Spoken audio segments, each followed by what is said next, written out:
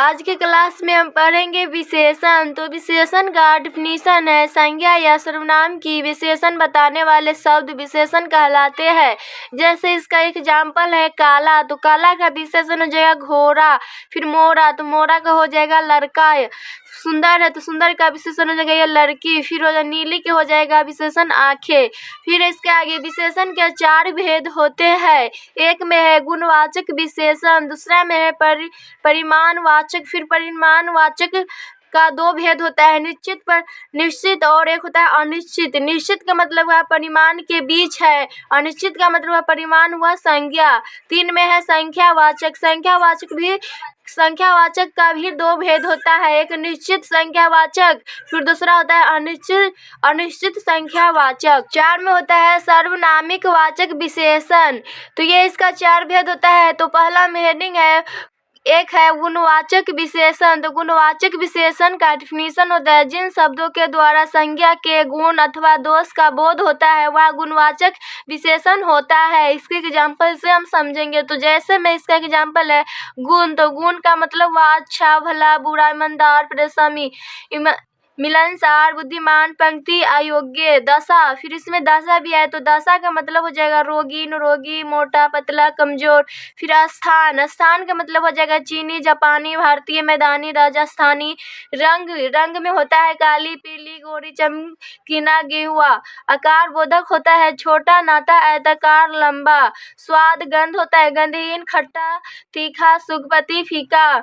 रूप में होता है पतला, मोटा, कमजोर, स्वस्थ आदि। 2 में है परिमाणवाचक। परिमाणवाचक का डिफिनीशन होता है जिन शब्दों से किसी संज्ञा या सर्वनाम की मात्रा या परिमाण की जानकारी होती है वह परिमाणवाचक विशेषण होता है।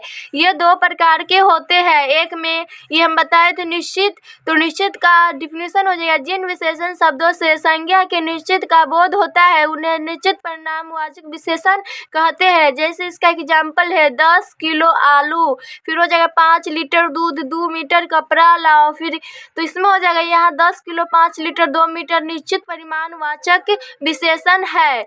तो इसमें नोट में ये ध्यान रखिएगा जहाँ पर नाम दोष की बात हो वहाँ पर परिमाणवाचक विशेषण होता है। 2 है इसका अनिश्चित परिमाणवाचक विशेषण। इसका डिफिनीशन होता है विशेषण के जिन शब्दों से संज्ञा के अनिश्चित मात्रा का बोध होता है उन्हें अनिश्चित परिमाणवाचक विशेषण होता है। जैसे इसका एग्जाम्पल है थोड़ी सी सब्जी लाया, उसने बहुत सारा सब्जी बर्बाद किया। तो यही इसका एग्जाम्पल है। अब 3 में है, 3 का है संख्यावाचक विशेषण। तो इसका डिफिनीशन हो जाएगा जो शब्द संज्ञा या सर्वनाम की संख्या का बोध कराते हैं वह संख्यावाचक विशेषण कहलाता है। ये 2 प्रकार का होता है। तो इसका एक है निश्चित संख्यावाचक विशेषण। इसका डिफिनीशन हो जाएगा जिन विशेषण शब्दों संज्ञा या सर्वनाम के निश्चित संख्या का बोध हो निश्चित संख्यावाचक विशेषण कहलाता है। जैसे एग्जाम्पल में इसका 10 लड़के, 20 रुपए, 5 लोग। तो ये संख्या हुआ ना। फिर गुणवाचक में हो जाएगा 1, 2, 3, 4, 5 ... फिर कर्मवाचक में हो जाएगा चौथा, दूसरा, 10वां। संप्रदायवाचक में हो जाएगा 4, 8, 3, 7। आवृत्तिवाचक में हो जाएगा दुगुना, तिगुना, चौगुना। अब इसका दूसरा है अनिश्चित संख्यावाचक विशेषण। इसका डिफिनीशन हो जाएगा इसमें अनिश्चित संख्या का बोध होता है उसे अनिश्चित संख्यावाचक विशेषण कहलाता है। जैसे इसका एग्जाम्पल है कुछ आदमी चले गए, फिर है कई लोग आ गए, काफी भीड़ है। 4 में है सार्वनामिक विशेषण। तो इसका डिफिनीशन हो जाएगा जो सर्वनाम विशेषण के रूप में प्रयुक्त होते हैं उन्हें सार्वनामिक विशेषण कहलाता है। जैसे इसका एग्जाम्पल है वह, यह, कोई, मेरा, ऐसा, वैसा आदि।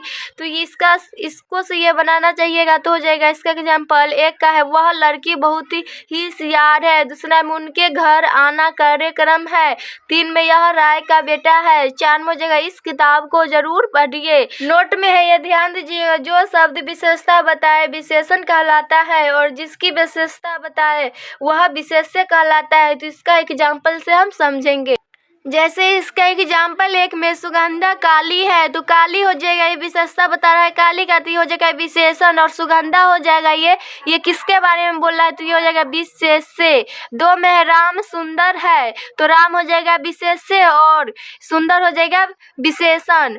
3 में फिर है सीता सुंदर है तो सीता क्या हो जाएगा विशेष्य और सुंदर हो जाएगा विशेषण।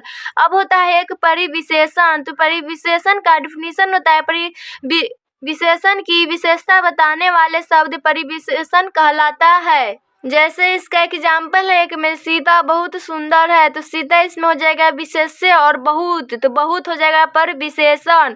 और सुंदर है तो सुंदर हो जाएगा विशेषण। 2 में फिर है राम अत्यंत सुंदर है तो राम हो जाएगा विशेष्य और अत्यंत हो जाएगा परिविशेषण और सुंदर हो जाएगा विशेषण।